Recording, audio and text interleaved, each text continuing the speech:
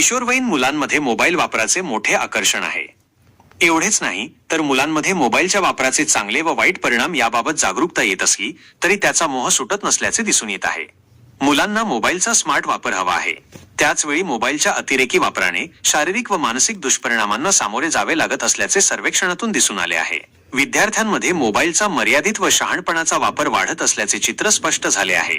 शिक्षण, माहिती व डिजिटल कंटेंटसाठी मोबाईलवर अवलंबित्व वाढत असताना अतिवापरामुळे एकाग्रता कमी होणे, अभ्यासात व्यत्यय येणे याबाबतची चिंता विद्यार्थ्यांनी व्यक्त केली आहे, अशी माहिती सूर्यदत्त एज्युकेशन फाउंडेशनचे संस्थापक अध्यक्ष प्राध्यापक डॉक्टर संजय बी.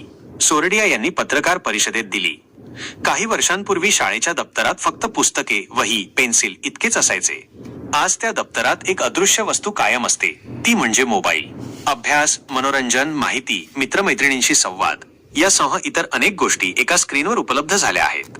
पण या स्क्रीनच्या प्रकाशात विद्यार्थी काय शिकत आहेत, काय हरवत आहेत याचे उत्तर शोधण्यासाठी सूर्यदत्त इन्स्टिट्यूट ऑफ सायंटिफिक रिसर्चच्या वतीने शहरातील किशोरवयीन 15 ते 18 वर्षे वयोगटातील 2700 विद्यार्थ्यांच्या सर्वेक्षणाने अनेक महत्त्वपूर्ण बाबी समोर आणल्या आहेत।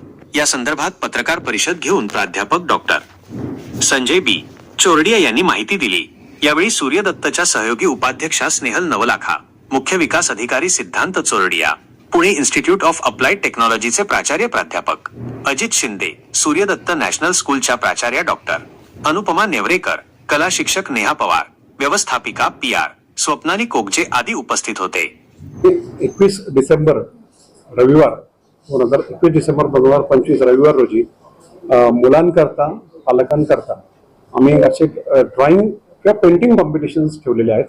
कॉम्पिटिशन म्हणण्यापेक्षा एक स्पर्धा, एक पेंटिंग कॉम्पिटिशनचं आयोजन केलेलं आहे आणि त्यामध्ये वयवर्ष 4 ते 7, वयवर्ष 7 ऑनवर्ड ते 9, वयवर्ष 10 ते 12 आणि 12 ऑनवर्ड अप टू 18 किंवा त्याच्या अबव यांच्याकरता एक वेगळे विषय, फॉर एक्झाम्पल पर्यावरण संरक्षण म्हणजे सेव्ह पोल्युशन, रिड्यूस पोल्युशन और सेव्ह नेचर, सेव्ह नेशन हा विषय दिला आहे। 17 सस्टेनेबल जे UN नेशनचे गोल आहेत त्या विषयाच्या आधारित मुलांना A3 साईज पेपरवरती एक स्केच काढून, ड्रॉइंग करून, पेंटिंग करून त्यांचं हे त्यांनी द्यायचं आहे।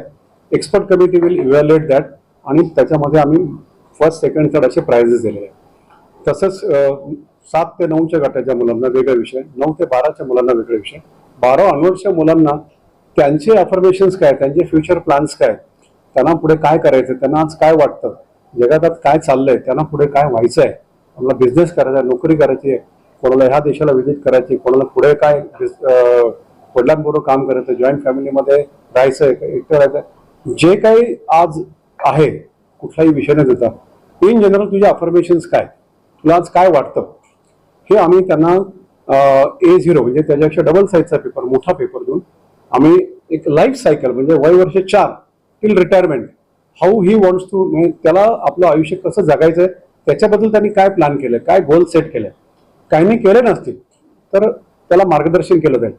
ज्यांनी केले ते लिहून काढतील, ड्रॉइंग्स काढतील, पेंटिंग्स करतील, त्याच्याबद्दल काही टॅगलाईन देतील, वर्ड्स देतील, त्याने एखादा बिझनेस करायचा प्लॅन केला असेल त्याचं तो नाव देईल, मग त्याची ते थोडक्यात माहिती पण देईल।